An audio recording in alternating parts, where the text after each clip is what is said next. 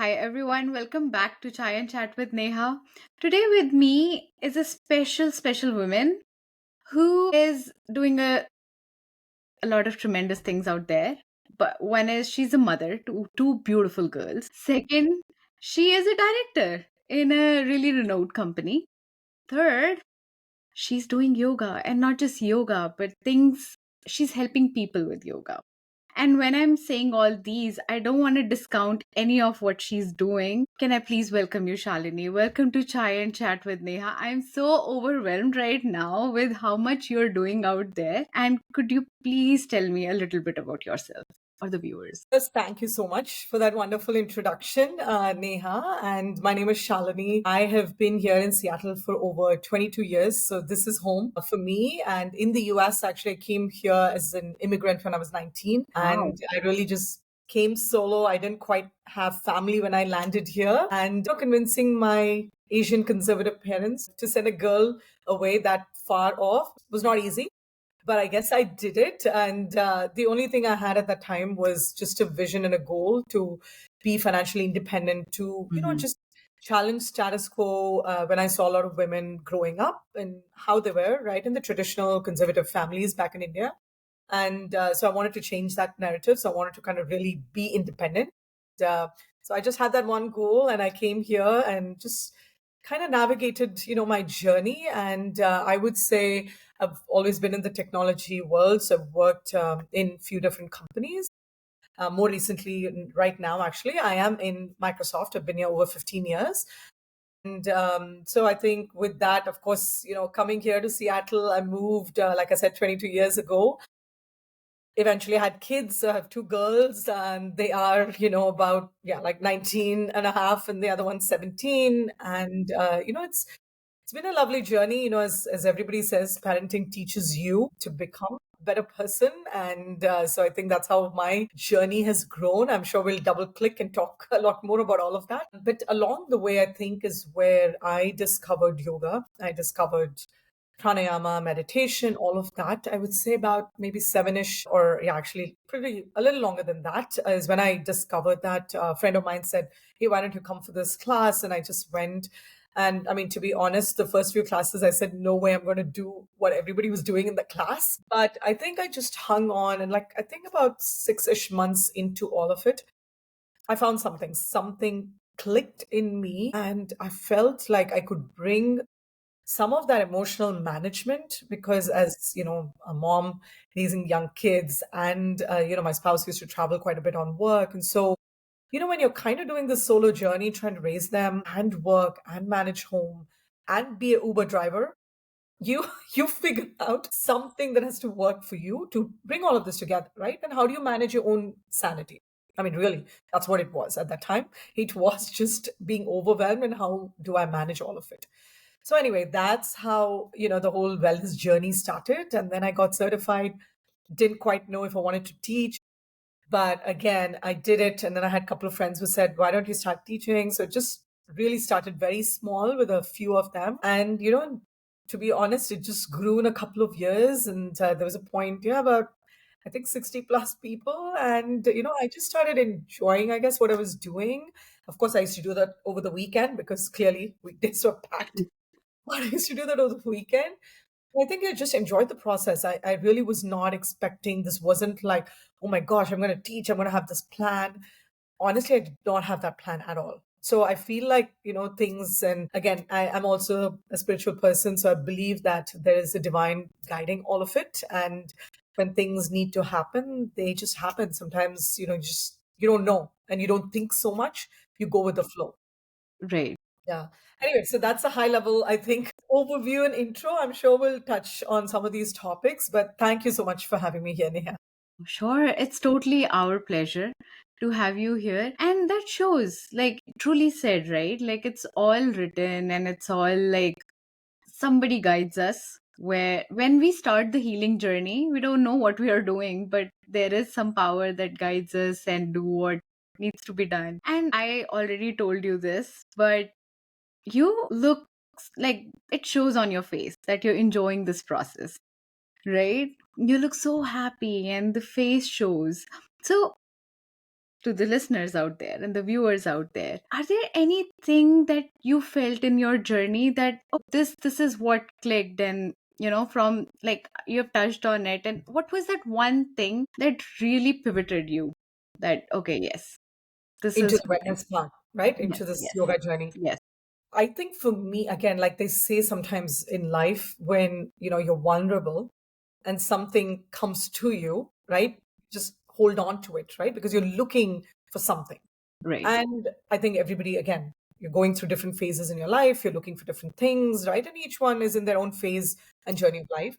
And so for me specifically, I think, like I said before, right, it came to me at a time where I was just overwhelmed. Like I didn't know how to manage all of these emotions, right? Because there used to be long work days, and then you come, you never get a break.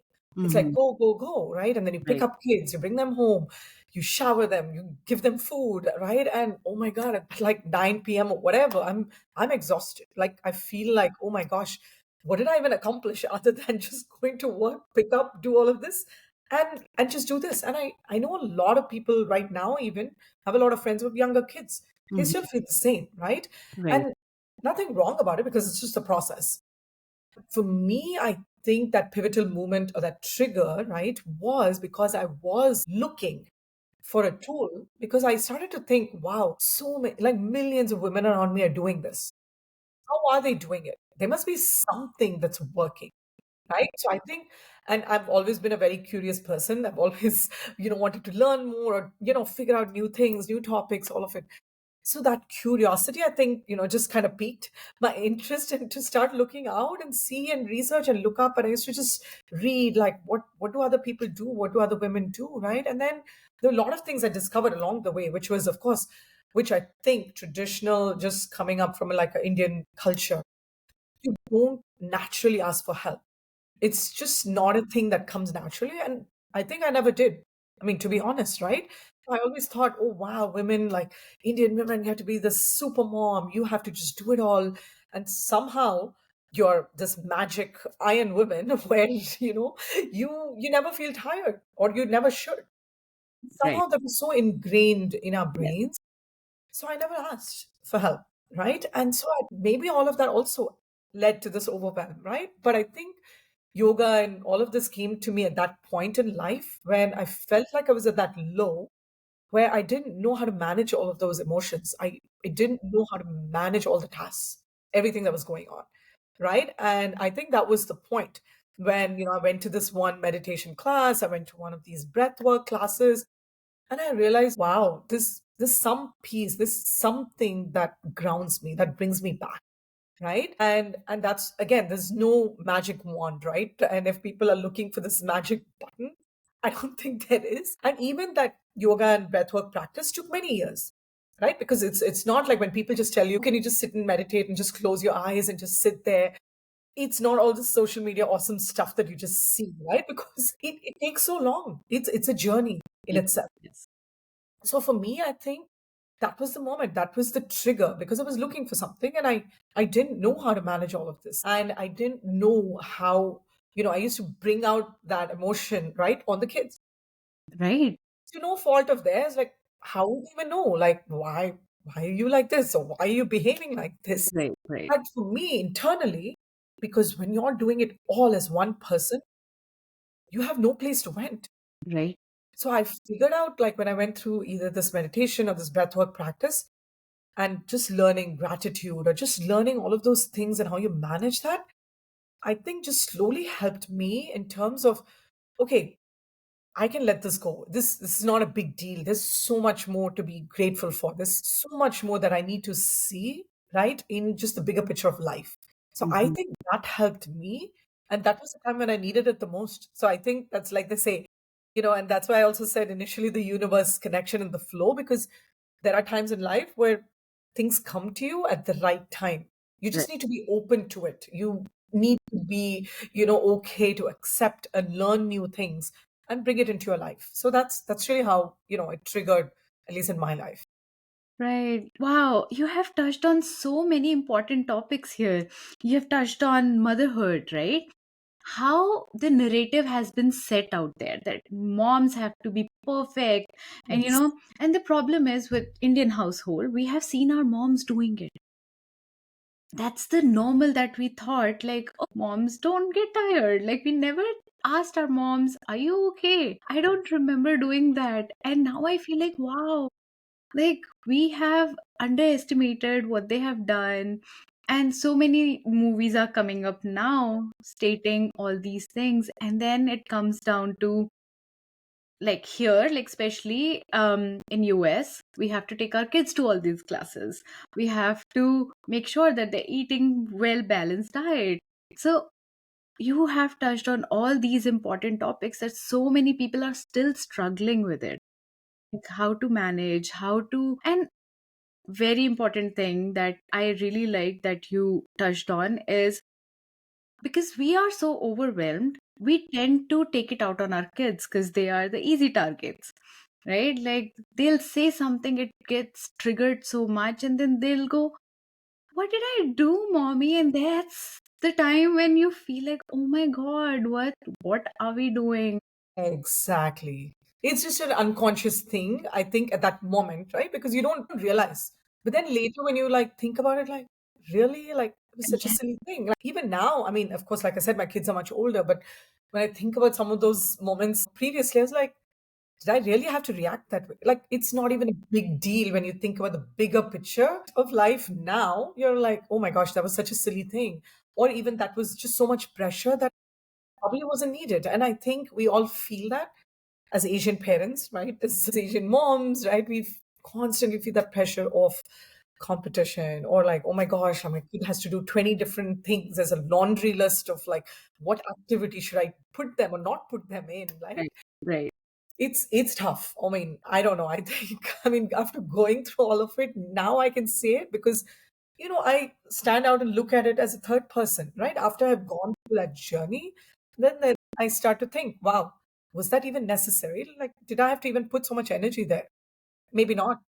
But of course, I didn't know better at that time as well, right? right, So right, always in hindsight, you look at things and you start to question, was that even worth it, right? So the only thing I do is hoping that at least the younger moms or the people who are raising kids now right. just take that time to pause and actually think about what they're doing and is it worth it where they're putting the energy?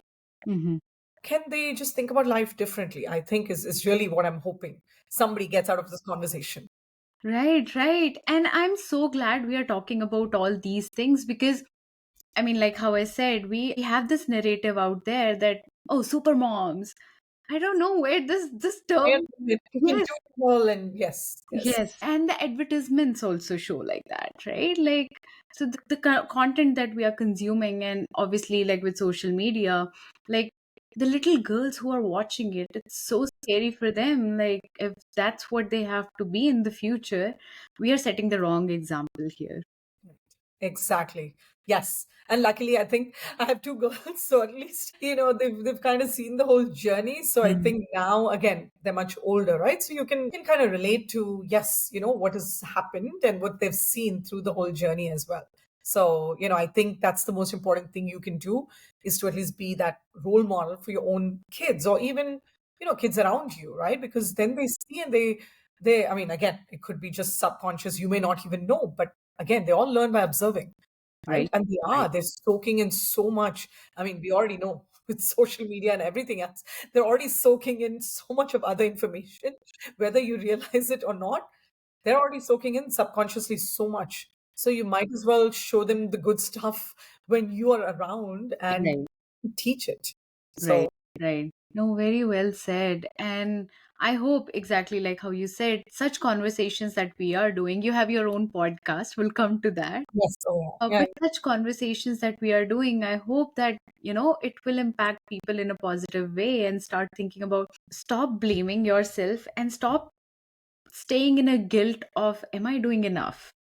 I think that's the starting point, and then goes into the journey of healing. absolutely. I think that mom guilt, and I mean, this is just for every mom, right? It's not a Right, specific. I mean, I would say it's not just an Asian thing or whatever, but like I even hear so many, even people from other nationalities, right? I mean, it's all the same thing. I think it's like this universal Yes. mom problem, right? You have to Right. go to work. You feel the guilt. And am I doing it all? I mean, am I Right. doing it right? So Right. this constant, I mean, I don't think that's ever going to stop, right? But I think we just need to prioritize the right things, and then you just sometimes go with the flow. That's all you can do. I mean, there's only so much in your control, if you will. Right. Right. You can orchestrate so much. Correct. Right. Yes, exactly. Right. And let's come back to the podcast that you have. What is it about? Like, what do we talk about, and what kind of guests that you are talking to so that we can know more about your podcast? Yeah, yeah, of course.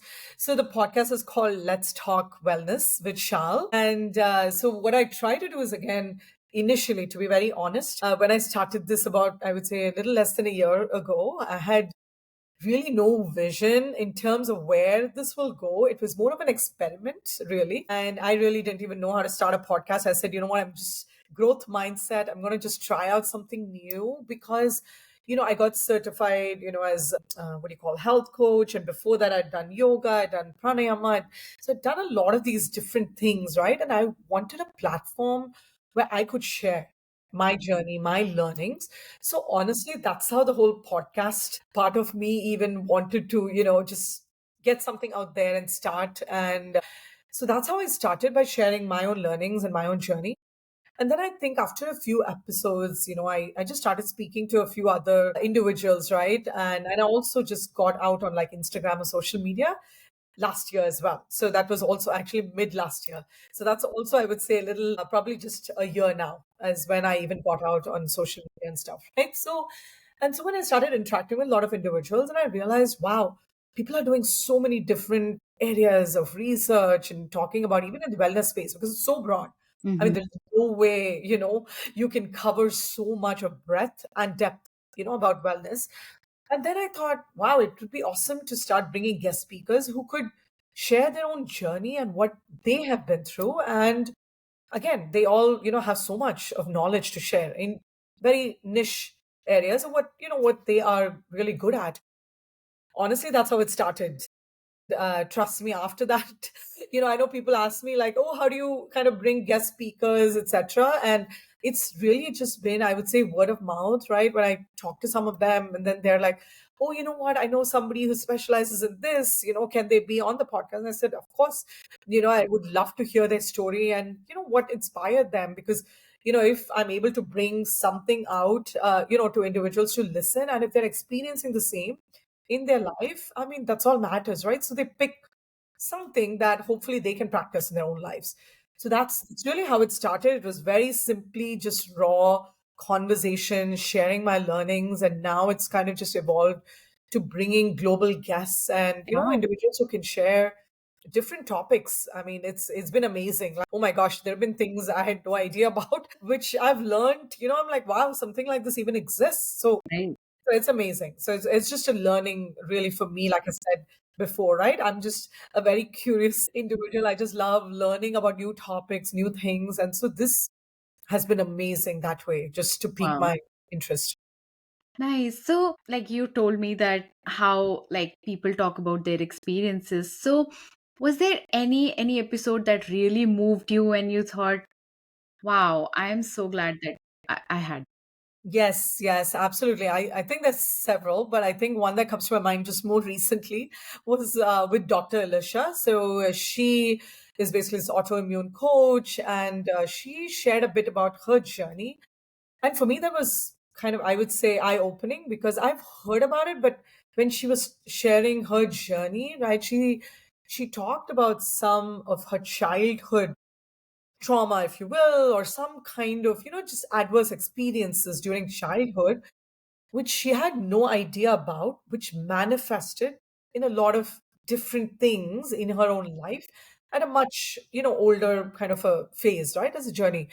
And that's when autoimmune conditions kind of start popping up. And she even gave an example of even as simple as eating like blueberries or eating certain kind of foods was not something she was able to just eat or digest. So that's when we think about, just the human body is so complicated, because there's so many parts of, things we don't even understand how it manifests, right? And then she talked about how she went through some therapy sessions and all of it. And they started double clicking about, some childhood experiences she had. She had no idea that that could have been a trigger Right. that is showing up much later on in life, right? And so that, to me, that was very eye opening, because she said after she went through a lot of that, and no doctor could diagnose and tell her, oh, take this medication and wow, it'll do something. So they tried all kinds of medication on her. Nothing seemed to help. Wow. So she didn't know where that root cause was. What was that trigger? Right. But when she went through all this therapy and when a lot of things started coming out, and she went through like bullying, she went through a bunch of other childhood adverse conditions, and that is what it was. And she said it took so much courage for her to come to terms with that's what it was. And it was okay to let go. It was okay to accept that we all go through different conditions. Not everybody goes through a very similar journey. Right. But even getting that courage to accept certain things and talk about it, right? I mean, openly, to me, those are things I've never like. It's just never been a natural thing. I haven't heard people talk about it because it takes a lot of courage to be vulnerable, to share your own journey, and more importantly, for people to understand there could be other triggers you're not even looking at, and it's Right. not just superficially taking medication. Right. It may serve the problem short term, Yes. but Yes. you're not getting to that deeper trigger. And that takes a lot of courage. It takes a lot of something in you to say, you know what? I want to solve this. I want to understand what's going on in my body beyond just taking a pill. There should be something else that's going on. So I loved, anyway, when she shared all of that journey, because for me, that kind of related back to, I recently did like a trauma informed yoga Hmm. certification, right? But I think it's a tip of the iceberg, because I did a very short course, because I had heard a lot of people talk about trauma. I didn't even know, like, what was that? Like, and how does yoga help? So I honestly, they were all new concepts to me. But again, a lot of these things started coming up in many conversations I've had with individuals on the podcast. So that's why I think this is like this lifetime journey, because I don't think I'm done. Like, this is not even anywhere close, because each time I feel like, wow, what is this word? Or what is this? Like, I'm learning something new. Right. Anyway, so in her conversation, I think that's what stood, to me, just very eye-opening conversation I had very recently. Actually, I'll be posting that podcast this weekend. Nice. So definitely tune into Let's Talk Wellness with Shal on YouTube and Instagram. And of course, I posted there as well, but on Apple and Spotify. But I'll be sharing that conversation. So for me, that was, I would say, a recent conversation that, just was eye-opening to me. Wow. And I can relate to it because this is what I've also heard. Like when we talk about cancer and all these diseases, they are mostly coming from emotions, all the suppressed emotions that we have inside. And when I've been hearing this term a lot lately, inner child, Yes. right? Like how to make your inner child happy. Uh, like I'm wearing these colors when I started my healing journey. I think it started with this podcast. I met so many amazing people like yourself, and I realized, wow, like we are living such a shallow life. Like there are people who are doing so amazing things out there and so much information to just understand. And when we talk about these diseases, like how you just explained, right? These are all emotional. Like when I started healing, the very first thing that happened to me was I started wearing colors. Nice. Like that's the very first change that I saw. I was always a person of, with Seattle weather, it's like Of black, course. blues, and grays. The gloomy grays and blacks. Yes. Right. I realized no, my inner child wants different colors. I think I love those colors. Never in my life have I have worn such bright colors. And that's where I realized that, and then I started, obviously, when we are in our journey, we see all these terms, like how you're saying, you're coming across all these terms is because like you're learning and you're evolving and growing with each and every episode. And I it hits home for me. I relate with it so much. And you have talked about trauma informed yoga, right? This is very new. Let's talk about let's start with what is yoga, because people think mostly, and I have since you Yeah, have done the exactly. certification, people think, oh, let's go to the yoga class and let's do like upward facing or downward facing dog or like all these poses. So what is yoga? Let's start with there. Yes, so that's it's a deep question. Of course, I can get very geeky on this, but of course, I'll try and kind of keep it high level here, right? So the again word yoga itself, right, comes from a Sanskrit root word. So Sanskrit is one of the ancient Indian languages. So it comes from the Sanskrit root word called yuj, and yuj means the union of our mind, body, and the soul or the spirit.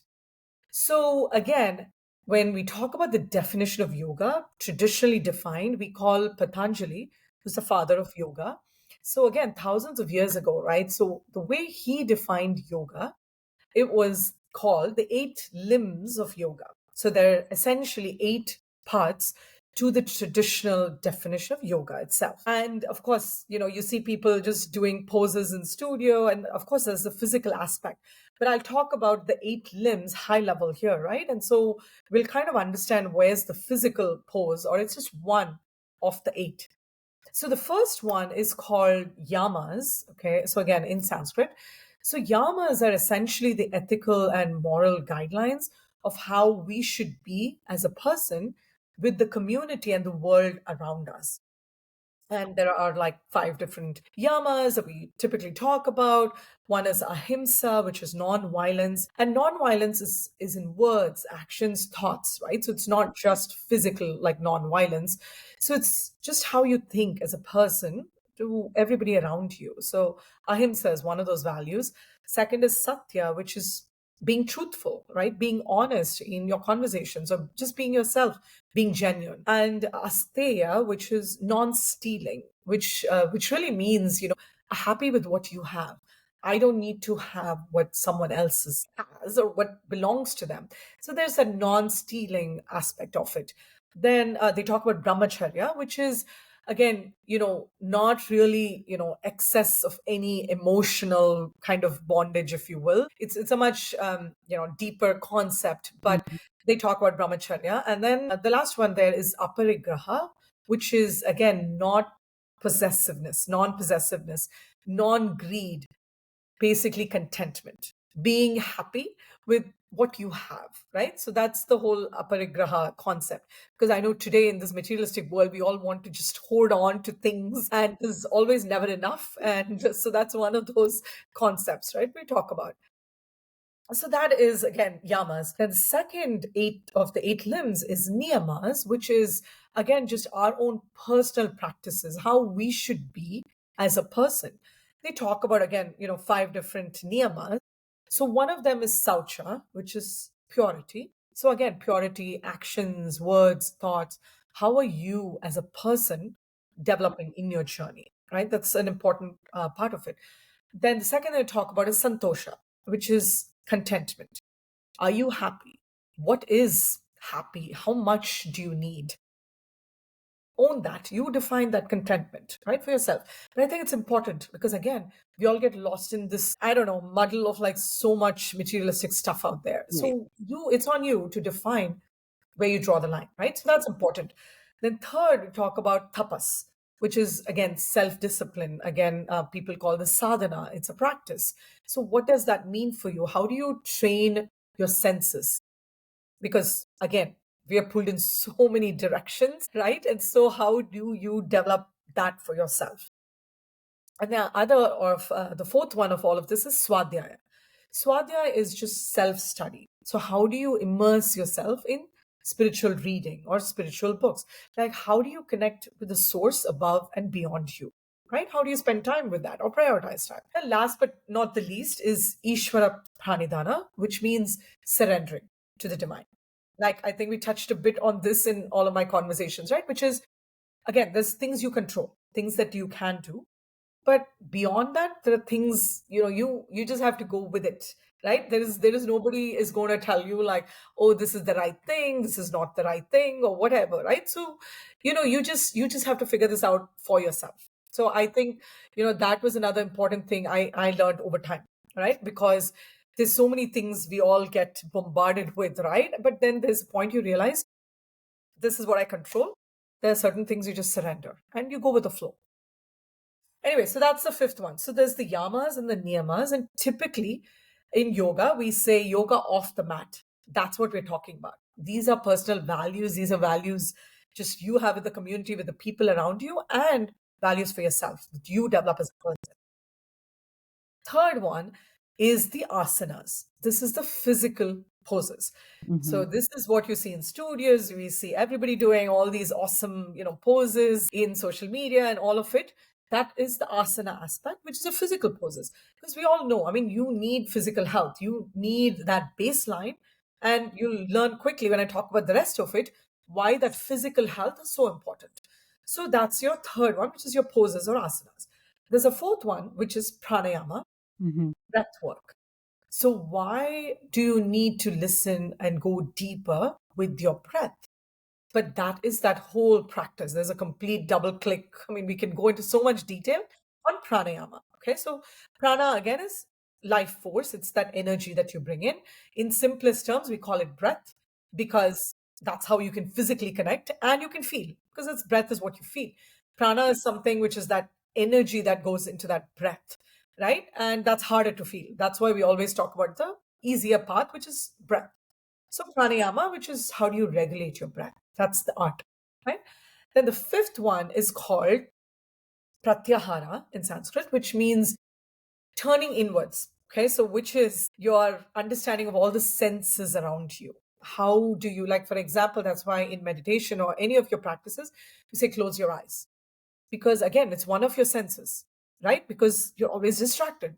If I'm keeping my eyes open and I'm trying to focus on something, not exactly easy. Yes, maybe unless you're in this completely different state of mind. Yeah, maybe it'll be awesome, but probably not for 95, maybe 99% of us. It's really hard. That's why we talk about sensory withdrawal. Okay, so that's pratyahara. Sixth one is dharana. Dharana means one pointed focus. So you hear people talk about candle meditation or you talk about mantra or chanting. Why? Because it's just an easier one foot into a deeper meditation practice. So we all have to start somewhere. I mean, nobody can just sit in prolonged meditation. You just tell them today, close your eyes and sit for 30 minutes. Heck no. I mean, most people will not be able to do it. So that's where you go into dharana, which is a smaller, concentrated, one focus point of focus. Seventh one is dhyana, which is meditation, which is what we all hear about. And everybody wants to get to this. Oh my gosh, can I just meditate? Can I just get there? Can I do this in this lifetime? Right? Those are all questions. But again, that's why when Patanjali described yoga, he talked about all of these aspects Mm. before you even get into the seventh, which is meditation Right. because you need all of these other practices. It's not just a turn on, turn off switch, for you to just go straight into meditation. So you need to develop as a person in so many aspects before you even get there. And that's why in yoga studios, you do all these physical poses, which is great because you need the physical body. For Right. you to sit for 30 minutes, can you sit cross legged for 30 minutes? For most people, it's Not not, possible. Yeah. right? You need a wall, you need something else, or you're just moving around because you're just not able to sit. Right. That comes with practice. It comes through these stages of it. Last one is samadhi, which is enlightenment. As we know, a lot of the gurus, a lot of saints have all gone to that ultimate state, right? Again, no idea if any of us will get to that in this lifetime, but at least all of this is putting you in that journey of just developing yourself. Anyway, that's a long answer, but that is really what yoga is. And I know when I Mhm. tell a lot of people, not everybody even has that context of wow, like No. is this yoga? Like I Yes. thought it's just going to a yoga studio and just getting on my mat doing all these poses and great, I'm done. But there is a much deeper explanation behind all of it. So that's yoga. Wow. Wow. I'm so moved right now. I have goosebumps. Never I have heard all these things in my life. I have gone so I follow Sadhguru. Yeah, yeah, yeah. I have Yes. gone through all couple of meditation I've done in engineering. That's where it all started from for me. And I didn't pay attention. Let's put it like that. The type of yogas that you just talked about, I am sure like most of us haven't heard about it. And you rightly said, like, and that's what it comes from, like how we as a person are, like that's a prerequisite, I feel, Exactly. so that we can just go into the I've tried meditation. It's not easy unless we are there, and we really need to work on ourselves. And it's I don't know how to put it in a Mhm. word right now, but with the social media and everything, I mean, we are so much into what the other person has. Why my child is not doing what other child is doing, right? We are into so much comparison mode. We are Yes, into branded deals, right? We need this exactly. bag. People think they call it retail therapy. Little do they know this is all like not even the scratch work. It's not a therapy. It's a patchwork. Yes. You're doing that patchwork right now. And maybe there's something else that's lacking, and this is just your conduit to just go vent it out, if you will. But you start holding on, and that's why I talked about one of those like yamas that we touched on, right, which is aparigraha, which is at some point, again, this is part of the spiritual journey, right? Because like I said, the eight limbs are the actual definition of yoga. So Mhm. as a person, when you hear somebody say they're a yogi, you're actually good in all of this, which is very hard. I mean, people just think of, oh, when you say you're a yogi, it's just like what you do on the mat. No, but there is so much more, and that takes a lifetime to actually be good at all of these values and to get to that level of practice, right? So it's Right. not an easy switch, but yeah, absolutely. I mean, at some point, again, like I said, it's this definition, right? The spiritual journey and how you evolve as a person. You start to realize that what are you holding for? Like this, you Yeah. need to learn to let go. You need to learn to be content with what you are given. And this is what you're given in this lifetime. So Right. make the best of it. Right. And have compassion. Have compassion for yourself to start with. So I have noticed people, and in corporate world it happens a lot, that people are always frustrated, Yes, right? And they take it out on other people. But the reality is that they are frustrated with their own lives, that they are taking it out on other people. So, like, for these people, it has to come with compassion for themselves to start with. And then, when you're compassionate to yourself, then the compassion goes to the world, right? correct. We see so many wars happening, we Oh, see yeah. so many things happening. That's where the lack is. Mm, That's where they're lacking. Like they're lacking in their home to start with, in themselves. When I'm saying home, in their body. And then it goes out.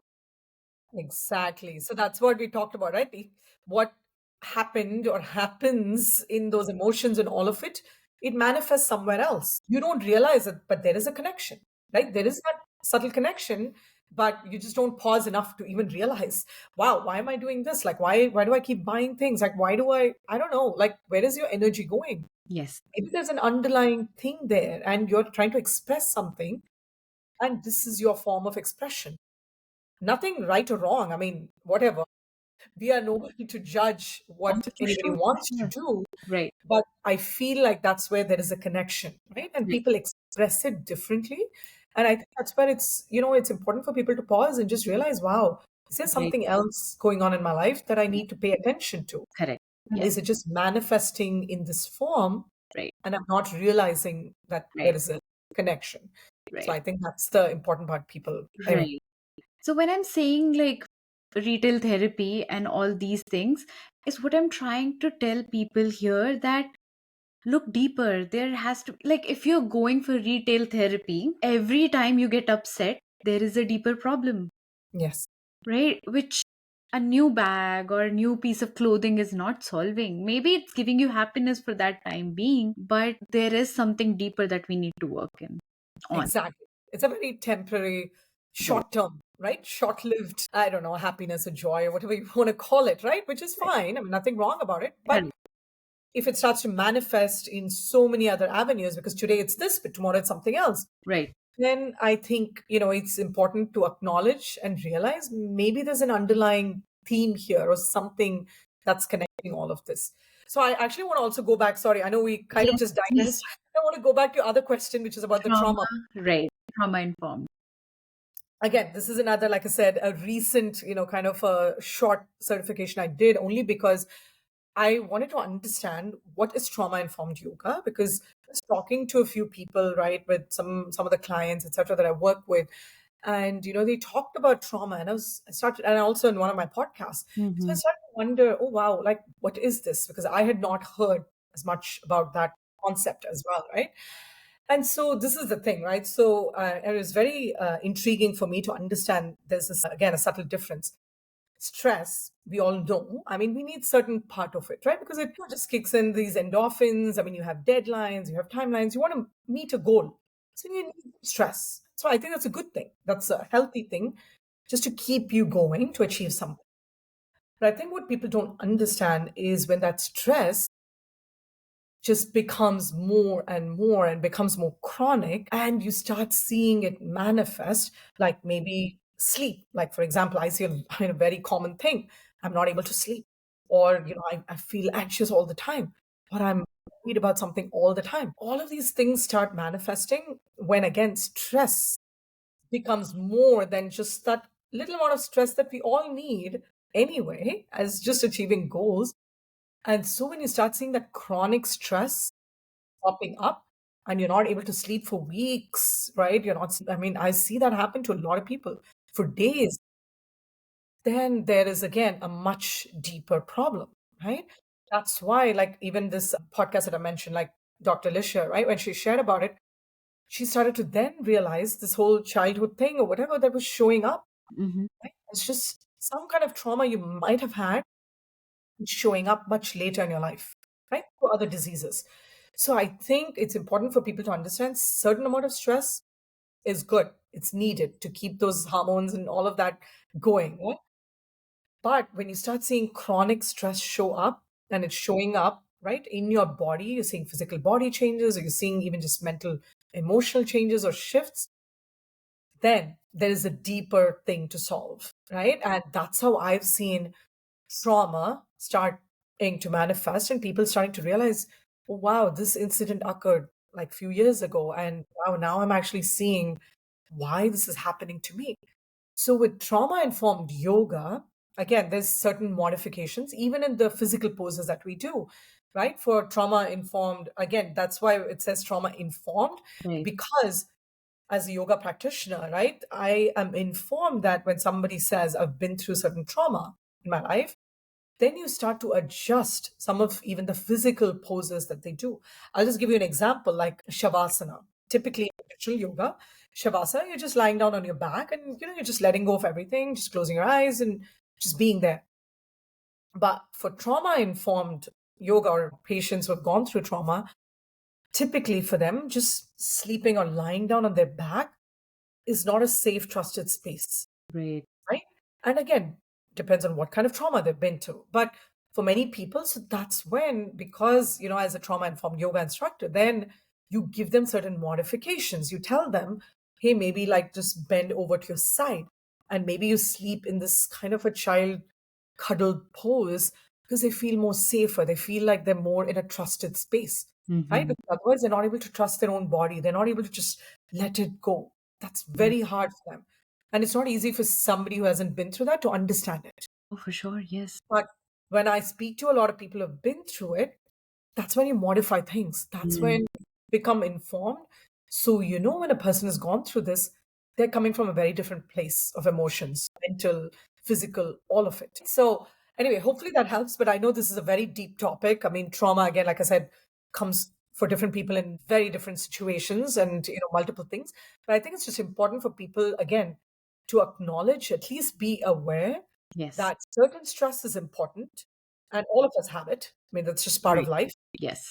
When you start, I mean, having that show up in a lot of different things and for a prolonged period of time, Hmm. then there's something else you need to address. And it's just not stress. You cannot just fake it with that word stress and go below that, Right. because then it leads to burnout because people hit the roof because they haven't looked at this, but it's been happening for weeks. Right. Suddenly you hit a point and you realize, oh my God, I'm burnt out. Well, what's the underlying condition though? Yep. Yep. Yeah, I mean, it's a much deeper topic, but hopefully that gives you at least a high level overview of like, there's a difference and you need to listen to your body to know whether you're in that trauma space or not. Okay. So, do we need a special, like how you said you have done the certification? So, I'm sure there is a special studio, like not just regular yoga studios, right? So, how can people find, like, oh, this is the trauma informed studio that I have to go to? That's a great question. I mean, even I haven't seen typically yoga studios very specifically talking about, hey, we are, a trauma informed studio or we talk about this. But most yoga practitioners, at least if they've done, advanced training or if they're like 500-hour teacher trainers, or most people even put it up on their site as well if they've done this, right? Like trauma informed yoga, they would know how to modify yoga poses. So it's important if you're going to a yoga studio to actually ask the yoga instructor, right? To say, hey, I'm experiencing certain conditions. I've gone through some of this. So do you help modify poses? Hmm. Most yoga teachers have gone through training. They would modify the poses or at least tell you, hey, when I'm teaching this, listen to your body and adapt and do something else. Yes, I would just say the important thing is to ask because I mean, I haven't seen yoga studios here that advertise or put it outside to say, hey, we, do this trauma informed yoga. We specialize in it. So I would say it's very important to just check in with your yoga instructor Got and it. just ask for it, right? Okay. If you already know you're going through a specific situation. Some people don't even know that they are going through it, and they realize once they start, probably somehow something clicks, like how you said something clicked for you, Yes. right? Yes. Wow. I mean, and I can totally, I mean, it hits home for me. Mm, My son, he has allergies. And mm, when he got diagnosed with it, I didn't know what to do. Like I was like, how uh, can I help him? And it's not my body right now. It's exactly. like it's my kid, right? Mm, And I remember I used to sleep at night. I always used to delay the sleeping. yeah. I used to sleep at 2 o'clock so that when I hit the bed, I'll sleep right away. Because what used to happen, I used to go to bed and I used to get all the things pouring into my mind. What if this happens? What if that happens? How can I save? Like my mom mind or like parent mind, it Of never course. stopped. And I'm just giving like one example of it that has happened with me. Probably like no wonder those people are not able to do shavasana because their mind, like we talk about monkey mind as well here, right? Yeah. The mind is constantly like trying to work from the fear, right? And fear from like what has happened in the past, what we Yes. have seen in the past. That's what trauma is. So for me, calling 911 for my son Mm, on him eating chickpeas was trauma. I gave yeah. him EpiPen. Like that was trauma. So people need to understand what trauma is and Right. why they are going through this. Correct. Correct. It's exactly. So that's why I said it's a loosely used term, right? But I think it's important for people to understand difference between stress and trauma. Certain amount of stress is okay. We all need it. We need that to push ourselves to a goal to achieve something or deadlines at work. I mean, all of that, right? I mean, yes, it adds some stress, but that's okay. Right. Again, when that becomes to a level where it's starting to like manifest in so many other things, that's when you have to realize maybe there is a deeper problem here that you need to go address. And that could be trauma, that could just be something else. It could just be chronic stress or burnout or depression. I mean, there's so many ways things today, right? Especially are manifesting. Right. So many people are going through depression. They don't even know they are. No. Yeah. But again, it's manifesting. They're not able to sleep. They're not able to, like, they're constantly worried about something. Like, it's showing up in so many other ways, or even physically, it's showing up, Right. right? They Right. have no interest in things, or they don't want to do certain things. They don't want to push themselves. I don't want to go work out. I don't want to do anything. I just want to, like, sit on my couch. So it's showing up in so many other ways that you're Right. not realizing. So I think it's important for people just to at least acknowledge first Right. and go to therapy or just go to counseling. It's okay to ask for help. It's okay to say that something's not right. Right. Something is not feeling right. It's okay to go. for a session like that and just figure out what's going on.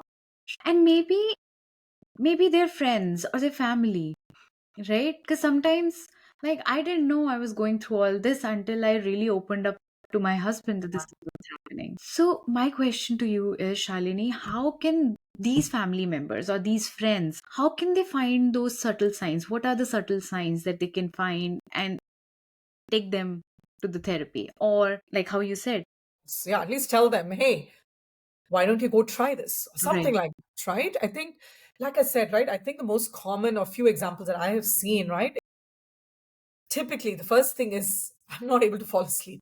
Hmm. You'll be surprised the number of people who say that, right?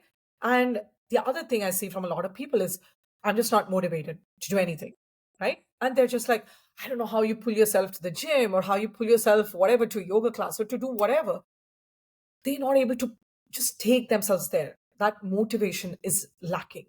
They just feel disinterested. They're like, yeah, you know what? It doesn't matter. Okay, I'm like 45, I'm 50, whatever. It's fine if I gain weight. I mean, like my kids are grown up. Who cares? I don't have to look good. I don't have to do anything. So again, end of the day, you're not looking good just because you're a mom, your kids are grown up or whatever, right? You're doing this for your own body and for your own self. Because if I get very raw about this from a very philosophical, spiritual perspective, we all just come alone, we have to go alone. Yes. Everything else that you're seeing around you, like yes, your kids, your spouse, your family, and your friends right now, all of it someday will fade. Right. Then what? You only have yourself. So if you don't invest again in your own journey, in your own soul, I call it soul food, nobody else will. Right. So Right. that's your responsibility. That's on you to do this for yourself. It's not because of anybody. It's not because of your kids. It's not because of your spouse. It's not because of your parents. But it's just because for yourself. And that's another thing. I don't see people prioritize self care enough, especially again, Indian, Asian women, just because I see a lot of that culturally too, Yes. because nobody wants to take time for themselves. But if you do Nobody it, taught them that it's okay. You're not being selfish. correct, exactly. It's okay to raise your hand and say, it's same thing, even at work, we say that, right? I mean, if you're not able to do something, like it's okay to just raise your hand and say, I need help. I need help to figure this out. No shame in asking. And I learned that when I came here because I felt like, as part of this culture, a lot of people just say, if they don't know something, they say, I don't know. Back home, I don't know is like, what the heck, right? So you would make up crap just to say something because you didn't want to say, I don't know. Right. So I Right. feel like that culture just got into you. So you never felt like raising your hand was okay. Right. Right. And now I think it's important for women to change that narrative, to change that and say, you need help and it's okay to say that, right? The same thing. Like, you say, okay, I need therapy or I need a counseling session. Nothing wrong with that, right? I think that taboo is kind of faded because now I feel, with so much diversity and you see so much, you hear so much from other people and how they do it, you start to realize it's okay. It's not a big deal. And we are nobody to judge. And everybody's going through their own body and experiences, and only they know. Again, only when you go deeper inside and you start to realize what's happening, you can speak for yourself. Nobody else can. They can judge, they can guess, people can do all of it. But only you would be your best advocate, if you will, to speak up and say something. Wow, I'm just moved with this conversation, Shalini. I think, yeah, right now, I just feel like there is this vibration that, you give out. And I'm sure, like, and I'm coming to that as well. Like, I feel very calm, like, very, wow, there's so much to learn. Like, if we open up to hear and just keep the cup empty, just so that who's speaking what, just listen and just think. And I think thinking inward rather than that person is this, the judgment that comes along. So coming to the question that I was about to say, yoga, when you do yoga classes, do you start with all these or just asanas? Like, do you incorporate breath work as well, or is it as same as doing yoga, and do we keep it separate? Sorry, so many That's questions. a great question. No, because I feel like when I typically go to yoga studios, right? I mean, just around when you go to a lot of the Western studios, I think, I mean, they all try to start with a little bit of, at least breath work or at least coming to kind of some intention setting. But most places I've seen, you just come straight into the poses and whatever, and then you're kind of done. And then in Shavasana, you're just, you're lying there, right? You're just, again, if you don't have that control, you'll just be in this monkey mind to your point, and you'll just be lying in Shavasana, but you'll be thinking gazillion whatever thoughts in your head, right? So I haven't seen that as part of a practice in a lot of studios around. But I think for me, definitely as part of my own practice, right, when I either teach workshops or I'm doing, obviously other sessions, etc. Absolutely. Right. For me, I think we always start with, some kind of intention setting. We start with breath work because I think it's a very important thing to ground yourself, Hmm. center yourself, because again, the physical layer is only one aspect. But again, with yoga, there's multiple other layers, right, within ourselves. And definitely the prana, like we talked about, which is our life force of breath, is so important. Because even ultimately, when people ask, how can I get to meditation? How can I sit for 15 minutes or however long? The first, I think, is the easiest way to get into that meditation state is to start with pranayama. Because when you're focused on your breath, invariably you're already sitting in meditation because you're bringing your focus to your breath. This monkey mind is not doing as much because you're only focusing on your breath. Yes, you're forcing yourself to focus on your breath, but that's the only way you're going to start somewhere so that your mind is just not racing. And then over time, with like practice, all of it, you get to that kind of meditation state. And again, meditation state is not to say that you're not going to get thoughts. I mean, we're all human. Of course, thoughts are going to come, right? And when you sit in meditation, you're going to be thinking about, oh my God, like what's going on here or what's going to happen tomorrow. That's going to happen. But I think what meditation teaches you over time is the thoughts can come and go. You don't cling on, and you start just observing the thought as a third person. It's very hard to explain because it's one of those things you need to experience that only happens over time. Right. But yeah, so hopefully that answered the question. But yes, so I think there's a lot that happens, and I just feel, yeah, here in the studios I don't see much of pranayama as such, right, that happens. And I think it's just so important for people to really understand and work more on breath, because I think it's a very important step towards that meditation goal, at least if that's part of your practice, or if that's part of your journey. Sure. And since we're talking about all these things, I really have to ask you, what are the things that you do in your day for incorporating this? So you are working mom, right? And when I'm saying working and mom, these two are Yeah, full-time jobs, correct. right? It is. So how Yes. do you incorporate and how people can do the similar things that you're doing in your day to day? I think few things have worked. I mean, I don't know. I've experimented this for myself over the years, but I think one thing that has stuck with me is, when you wake up, just like how you brush your teeth, I keep like 15, 20 minutes for myself. It's just a quiet time. If it means I wake up 15 minutes earlier, that's all right, right? But that's what I started to do, right? Even when I had like younger kids, right? Because I felt like I couldn't find that time otherwise Right. because evenings were so busy. And then yes, I would also try to do it before bedtime, but then sometimes you're so exhausted and the last thing you're thinking about is, oh my gosh, I just need to hit the bed, right? That's all you're thinking about. So for me, I think what has helped is when you wake up, just like you're brushing your teeth, at least put it, and maybe it starts with 10 minutes. I don't know, like everybody's schedule is so different, right? But at least 10 to 15 minutes for yourself. And for me, again, it's just as simple as some pranayama or breath work, right? Sitting in a quiet space, right? And of course, for me now, that's meditation. But when I started, it was pranayama, it was breath work, right? Because that helped me calm that monkey mind. Because I'm not thinking about all my chores or my task list. I'm trying to just stay there, just stay in that moment. Mindfulness. Everybody talks about mindfulness. What is mindfulness? To be, very honest, very simply, mindfulness is just being present. You're just there. So I'm just here. I'm not thinking about my task list or what I need to do today, but I'm just being present and I'm just sitting in that space, right? And if that means breath work, do that. Or if it just means meditation, it means a chant, whatever that is, right? I mean, for a lot of people, it's just chant or listening to some calming music in the morning. Maybe that's what ticks you, right? Then that's okay. That's a form of meditation, Right. right? So Right. I think it's important. Like I said, for me, that's the start of the day. That really helps set the tone for the rest of the day.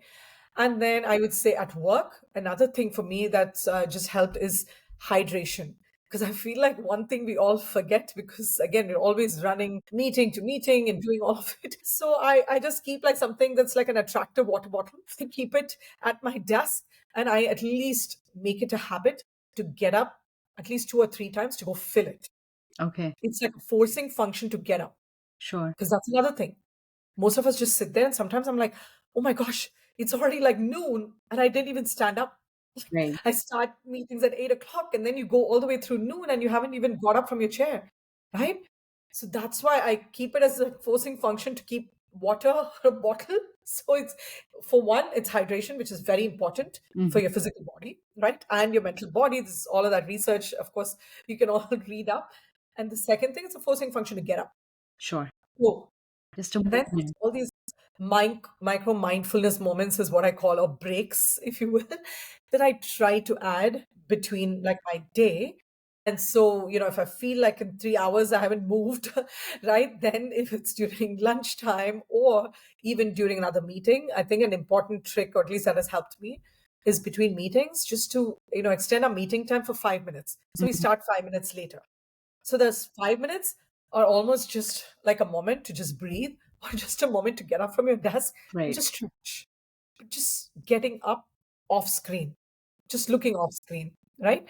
Even those few minutes, I felt like those micro mindful breaks, is what I call it, has really helped me. And another thing I think, like I said, that has worked again, it didn't maybe quite work when the kids were much younger, but it works now, is in the evening, right? Like I said, maybe the quiet time after dinner or whatever, the kids are just in bed, right? But again, bringing those 10, 15 minutes to yourself, right? And just winding down before you go to bed. No phone, no nothing, whatever. But you're at least in this zone.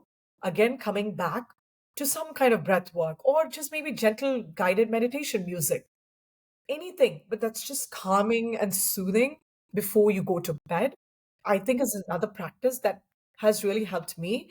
Just however bad or crazy your day has been, it has helped me just ground myself, right? Just coming back to that centering and that mindfulness. That's another practice that has helped me.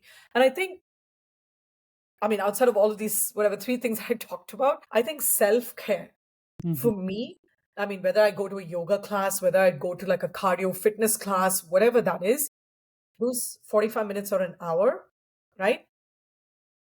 Non-negotiable for me, right? And how I plan my day around it, whether I do meal prep over the weekend or if I meal prep during, I don't know, the early part of the day, or you get your spouse to help you, whatever, do something, help you in the kitchen, or maybe you outsource that task. Maybe whatever, your life is so crazy that you may have to outsource it. Sure. Again, it's all about raising your hand and saying, I need help. I cannot do this all, but I Yes. want to prioritize my self-care. I want to do that, but what else gives, right? There's always this thing that you need to figure out. I mean, I know this is, I don't know, a topic that I'm very passionate about because I spoke recently in Microsoft because I'm part of a lot of these employee resource groups.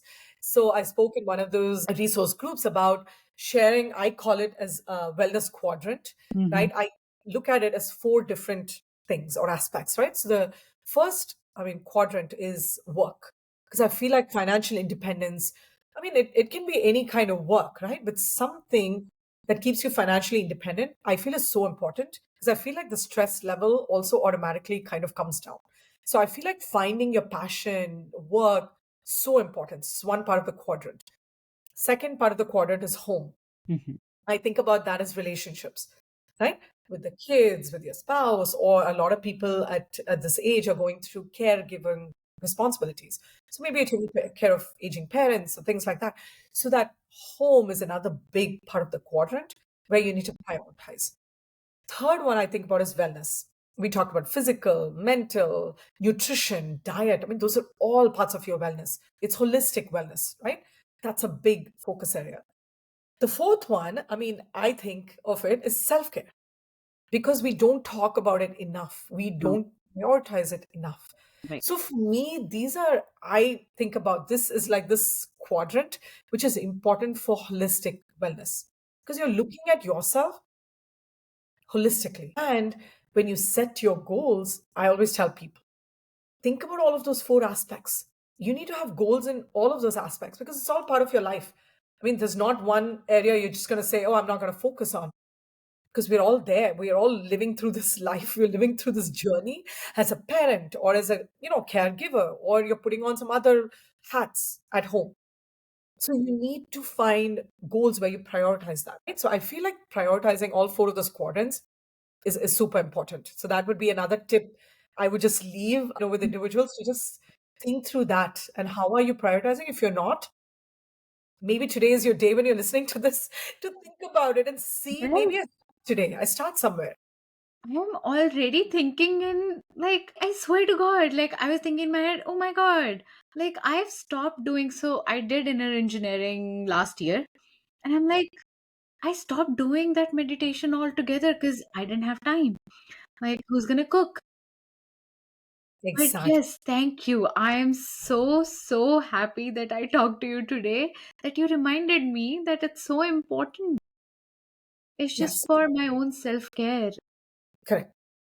Oh, yeah, absolutely. I think, again, more people need to hear it. I think everybody knows it. We all read it, we listen, we see social media, we see it's all out there. Yes, But I think, end of the day, right? I mean, for me, at least, few things that have worked in my life, right? Consistency and discipline, very important things. yes, And in life, I feel like, again, it's a marathon, right? It's not a right. sprint. Yes, So we should not be thinking short term. Instead, we're thinking about this longer run. And that's not going to happen overnight, but you need to find that discipline, right? So if you're not intrinsically motivated, have an extrinsic motivation. Maybe it's your partner, hold each other accountable, or maybe it's a friend, or I don't know, it could just be even your parent. But find somebody who's going to keep you accountable, somebody who's going to check in on you and say, Mom, you haven't worked out, or whatever, right? But like somebody who's telling you if you're not able to do that yourself, right? Because we're all wired differently, so we all just need different forms of motivation. And even if you're intrinsically wired, there are times you go into your low and you need somebody to pull you up and say, hey, you're not doing your stuff, you're not holding yourself accountable. So we're all human and we all need that. Time to time you need somebody to nudge you, to push you and yes, say, wake up, do yes. this. My God, this podcast was my nudge today. I can't tell you how much I'm thinking inward right now. Oh my God, like I really need to, starting from how you explained yoga, like I honestly am telling you, in back of my mind, I've already started thinking, oh my God, like we forget in day-to-day life, right? Like, because we are running, Yes, and we're then we forget. in this hustle culture, like they call it, right? And we're in this go, go, go mindset. I don't know where we're all racing, but ultimately we're all going to the same spot. But we're Yes, racing with different speeds and we're racing with different mindsets, right? And that's all. That's the difference, right? But we're all ultimately getting there. It's so yes. how do you navigate that journey? Are you enjoying the journey? I think is what is important. Yes, or you're just stressed out because you have to manage everything. You have to be present as well. Yes. Oh my God, Shalini. I cannot stop. We are already on the top of the hour. I cannot stop talking to you because I feel like I'm just benefiting just by talking to you. And I'm sure Microsoft is so lucky to have an in-house wellness person. They're like, "Oh, Shalini, can you just talk to our people?" I mean, it's also like, I mean, I think you talked about the inner child because it's also my own journey as well, right? Because when I go through all of this, and of course, we're all human, we all have our own problems, we all have all of our own challenges, right? So I think it's obviously helping me also become a better version of myself. Obviously, if I go back and look at 5 years ago or 10 years ago, because you learn so much, because when I speak to so many people and I see what they're going through, you automatically start to express gratitude for your own life and you start to think, what am I even complaining about? I mean, this is nothing. Like, there are bigger challenges that people experiencing so much more. So I feel like that life perspective is so important. And many times we lose that, right? Because we're Yes. sometimes you're in cloud nine and you don't even realize that, oh my gosh, like there's so much to be thankful for, or, Right. there's no reason to be hanging so low because it's okay. This too shall pass, right? Like, I mean, this every phase in life, I mean, it's Right, temporary, right? It right. pass. And I believe, I'm just going to quickly make this Yes, yes. comment. I believe with people, their journey start when they're actually at that level of understanding.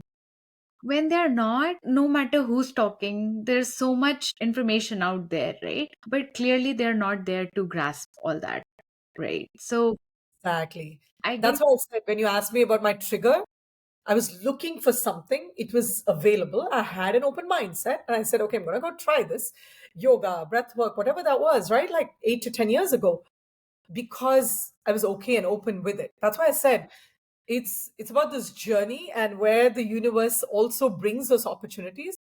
But you should be open. You should be okay to try something new, to acknowledge you're not there, but it's okay to try something and it's okay to not like it. Nobody is judging you but yourself, right, right? Try it, because if you don't try it, you'll probably regret it. Like, oh my gosh, like somebody told me with this word, yoga or breath work or whatever was an important thing. Why did I not try it 10 years ago? I just don't want somebody to be in that situation. So if you're listening to this today, I would just, the one thing I would leave folks here with is just to say, try it. Try it for yourself and be patient.